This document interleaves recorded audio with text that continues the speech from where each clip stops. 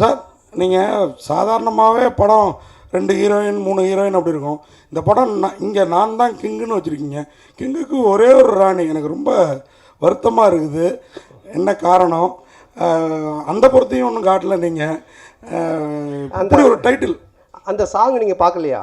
இல்லை 2 பேர் வராங்க, ஆனால் ஹீரோயின் ஒருத்தங்க தானே. இல்லை அந்த சாங் பார்க்கல நீங்கள். மாயோனே உங்களுக்காக தான் எல்லா படத்துலையும் இதே கேள்வி கேட்குறீங்க. நம்ம தேவராஜ் அண்ணன் வந்து அப்படியே மீனாட்சி சார் மேலே தலையை வச்சு சாஞ்சிட்டார் அந்த பாட்டில். அப்படி எமோஷனல் ஆகி ஒரு மாதிரி ஆகிட்டாரு. நீங்கள் என்ன இன்னும் இல்லை, நான் எனக்குள்ளாரே சாஞ்சிட்டேன். அவ்வளோ பிரமாதமாக இருந்தது. 2-3 ஹீரோயினை போட்டு எடுக்கலாம். யார் காசு போடுறது? ப்ரொடியூசரு. இதுக்கப்புறம் அது மாதிரி கதை அமைச்சா கண்டிப்பாக எடுக்கலாம். அப்புறம் நீங்கள் வந்து ஒரு காமெடியானா ஜோக்கராக இருந்துட்டு இன்றைக்கி நான் தான் கிங்கு அப்படிங்கிற அளவுக்கு வளர்ந்துருக்கீங்க. இந்த வளர்ச்சி இந்த அஜித் பில்லா 2 பில்லாவிலேயே சொல்லுவார், நான் ஒரு இதாக பார்த்து செதுக்கி வளர்ந்தேன் அப்படின்ட்டு. அந்த மாதிரி நீங்களாக வளர்ந்ததா இல்லை உங்கள் டீம்? ஏன்னா அது உங்கள் டீமில் இந்த மாறன் சேசு இப்போ எல்லோரும் ரொம்ப ஃபேமஸாக இந்த கதை தயாரிக்கிறது காமெடிகள் சீன்ஸ் எல்லாம். அது எப்படி பார்க்கல? இல்லை எல்லாருமே தான். நம்ம ஒரு விஷயம் எதை பற்றி பேசினாலுமே இப்போ நீங்கள் ஒரு ராமாயணம் எடுத்துக்கிட்டால் கூட ராமர் அப்படின்றவரை நம்ம பயங்கரமாக பார்க்குறோன்னா அதில் சுற்றி இருக்கிற ஹனுமன், விபீஷணன் எல்லா கேரக்டருமே அந்த ராமர் அப்படி போர்ட்ரேட் பண்ணுவாங்க. அந்த மாதிரி ஒரு லைஃப்பில் யார் முன்னுக்கு வந்தாலுமே அவங்கள சுற்றி இருக்கிறவங்க எல்லாருமே சப்போர்ட் பண்ணி அவங்க மனசார அதை வாழ்த்தி அவங்க சப்போர்ட் பண்ணால் மட்டும்தான் அந்த கேரக்டர் ஜெயிக்க முடியும். அதனால் என்னால் மட்டுமே கிடையாது, என்னுடைய டீம் ப்ளஸ் என்னுடைய ப்ரொடியூசர்ஸ், டைரக்டர்ஸ் எல்லாருக்குமே அது போய் சேரும். சொன்னாங்க சார், மாமனாரை வந்து அப்பா மாதிரி அப்படிம்பாங்க. இந்த படத்தில் நீங்கள் அவன் இவன் காட்டு மிராண்டி ஏதோ பேட் ஸ்மெல் அப்படிலாம் கலாச்சிருக்கீங்களே, இந்த மாதிரிலாம் கலாச்சா வீட்டிலலாம் எவ்வளோ இதாக இருக்கும்?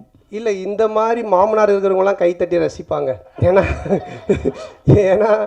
நீங்கள் இந்த படத்தில் மாமனாரை பார்த்தீங்கன்னா தான் தெரியும். ஃபஸ்ட்டு நானும் மாமனார் அப்படிலாம் தான் பேசிகிட்டு இருப்பேன். அப்புறம் பண்ண தான் அது வந்து அந்த கேரக்டருக்கான ஒரு மரியாதை தான் அது.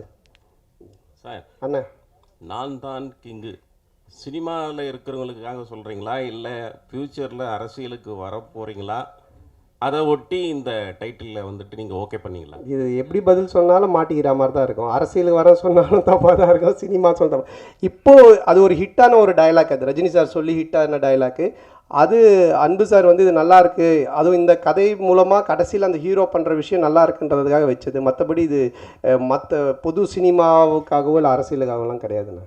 சார் அதுமாதிரி இந்த டயலாக் ஒன்று வருது இல்லை, இங்கே வந்து நடிகர் சங்க கட்டடம் கட்டிட்டு தான் விஷால் கல்யாணம் பண்ணிக்கிற மாதிரி சிங்கிளாக சுத்த நான் சிம்புவும் இல்லை. இது வேறு அதே மாதிரி இந்த நெட்ஃப்ளிக்ஸில் இவ்வளோ பிரமாதமாக கல்யாணம் பண்ணுவீங்கன்னா நெட்ஃப்ளிக்ஸில் போட்டுடலாமே அப்படின்னு. இது எல்லாமே இங்கே இருக்கிறவங்கள நீங்கள் தாக்குற. இதை வேறு யாராவது பண்ணால் வருத்தம் ஏற்படும். நீங்கள் பண்ணால் நாங்களும் ரசிக்கிறோம், சம்மந்தப்பட்ட அவங்களும் ரசிக்கிறோம். இது இப்படி ரசனையாக இருக்குங்கிறத எப்படி யோசிக்கிறீங்க? அதான் அது ரசனையாக இருக்குது. இது ஏன் பிரச்சனை ஆகக்கூடாதுன்னு இதை கேட்டுன்னு இருக்கிறீங்க. அடுத்தது கேள்வி. ஏன்னா ஆக்சுவலாக இப்போ வந்து சேஷன் வந்து இதுவாயிட்டாங்க, களமாயிட்டாங்க. இன்னொரு நண்பர் இந்த படத்துலேயே ஆண்டனியும் ஹாஸ்பிட்டலில் தான் இருக்காங்க. ஸோ நான் விசாரிக்கும் போது பார்த்தீங்கன்னா சந்தானம் வந்து நண்பர்களுக்கு காசு கொடுக்கல, அதனால தான் அந்த உயிரிழப்பு ஏற்பட்டது அப்படின்னு சொன்னாங்க. சரி டேரெக்டாக நம்ம களத்துக்கு போவோம் அப்படின்னு சொல்லிட்டு ஆண்டனி கிட்ட மருத்துவமனைக்கு போகும்போது சந்தானம் தான் ஃபுல்லாக எனக்கு வந்து மருத்துவமனையில் காசு கட்டிகிட்டு இருக்காரு அப்படின்னு சொல்கிறாங்க. ஏன் உங்களை வந்து பின்னுக்கு தள்ளிக்கிட்டே இருக்கிறாங்க? எதனால் இது வருது உங்களுக்கு தெரியல. அது சில பேர் இப்போ எல்லாருமே என்னை ரசித்து எல்லாருமே நல்லா இருக்குன்னு சொல்லி பேசிட்டு அப்புறம் நானே கடவுளாக மாறிடுவேனே, அதனால் பிடிக்கல, அது தப்பாக சொல்கிறதுக்கும் சில ஆட்கள் இருப்பாங்க. அதை பற்றி நம்ம பெருசு பண்ணிக்க தேவையில்லை. நமக்கு பிடிச்சவங்களுக்காக நம்ம பண்ணுவோம், அவ்வளோதான். இப்போ படம் பார்க்கும்போது வந்து இவன் பண்ண காமெடி நான் சிரிக்கவே மாட்டேன்னு உட்காரத்துக்கும் சில பேர் இருப்பாங்க. அவங்களுக்காக நம்ம வந்து கஷ்டப்பட தேவையில்லை, நம்ம ரசிக்கிறவங்களுக்காக பண்ணோம், அவ்வளோதான். நம்ம பண்ணுற விஷயம் இப்போ உங்களை மாதிரி சில பேருக்கு தெரிஞ்சு அதை நல்ல முறையில் போய் ரீச் ஆகுது, அவ்வளோதான்.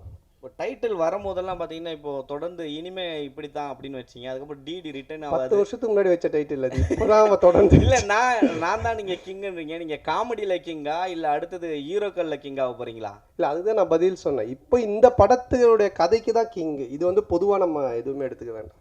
அவங்க மாயோனை சாங் போடும்போது நீ எழுந்து வந்து ஆடலான்னு அதை நான் பார்த்துட்டு தான் இருந்தேன். அதெல்லாம் மறைச்சிட்ட பத்தியா சந்தானம் ப்ரோ? அந்த ரன்பீர் கபூர் படம் மட்டுமே பார்க்குற ஆலியா பாட்டியை கண்டுபிடிச்சி நடிக்க வச்சது நீங்கள் தானே? அந்த டயலாக் அவங்க சொன்னதுக்கு அப்புறமா அது தோணுச்சு, சரி ஆலியா பாட்டுன்னு சொல்ல வேணா ஆலியா பாட்டின்னு சொல்லி ஒரு விஷயம் பண்ணலாம் அப்படின்னு சொல்லி. இல்லை அது கரகாட்டக்காரன் படத்தில் வர்ற மாதிரியா இல்லை எதேச்சியாக அமைஞ்சதா? இல்லை எதர்ச்சி அமைஞ்சது தான். Okay, thank you. தேங்க்யூ. அன்பனாக்கு ஒரு கேள்வி. ஆனால் நீங்கள் மகளை வந்து தயாரிப்பாளர் ஆக்கிட்டீங்க. உங்கள் மருமகனுடைய மேரேஜ் பிக்சர்ஸில் பார்த்தது தான், நேரில் என்ன பார்க்கல. அவரே ஒரு ஹீரோ மாதிரி தான் இருப்பார். அவர் ஹீரோவை லான்ச் பண்ணுற ஐடியா ஏதாவது இருக்கா? நீங்கள் முதல் போட்டிங்கன்னா ஆரம்பிச்சிருவோம்.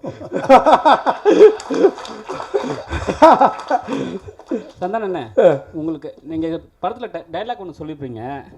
விஷால் சாரையும் சிம்பு சாரையும் சொல்லியிருப்பீங்க. முரட்டை சிங்களா சுற்றுறது 3 பேர் தமிழ் சினிமாவில். எஸ்ஜே சூர்யாவும் இருக்கார். ஏன் அவர் விட்டுட்டீங்க? ஏன்னா அவர் கூட நீங்கள் ட்ராவல் பண்ணியிருக்கீங்க. இல்லை, இவங்க 2 பேரும் வந்துட்டு இப்போது ரீச்சில் இருக்காங்க. ரெண்டாவது ரொம்ப க்ளோஸ் டு என்னுடைய ஃப்ரெண்ட்ஷிப்பில் ரொம்ப க்ளோஸில் இருக்காங்க. அதனால் அவங்க பேர் டக்குன்னு ஞாபகம் வந்ததுனால பண்ணோம்.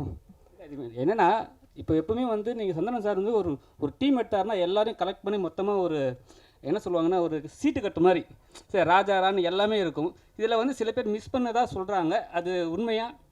யார் மிஸ் பண்ணாங்க? இப்போ உங்கள் டீமில் 2 பேர் 2-3 பேர் மிஸ் ஆகிட்டாங்க. அதை பற்றி கேட்குறேன். இது நடிக்கிறதில்ல சொல்கிறீங்களா? இறந்து போயிட்டு இறந்துட்டாங்க. ஓகே. இல்லை, அது உடல்நலக்குறைவு. அது சில பேருக்கு அது மரணம்ன்றது நம்ம கையில் இல்லை. எப்போ யாருக்கு என்ன நடக்கும்னு தெரியாது. பட் இருக்கிற வரைக்கும் ஆரோக்கியமாக வாழ்கிறதுக்கான விஷயங்களை நம்ம பார்த்துக்கணும், அவ்வளோதான். அது தவிர வேறு எதுவும் ஒன்று இது பண்ண முடியாது.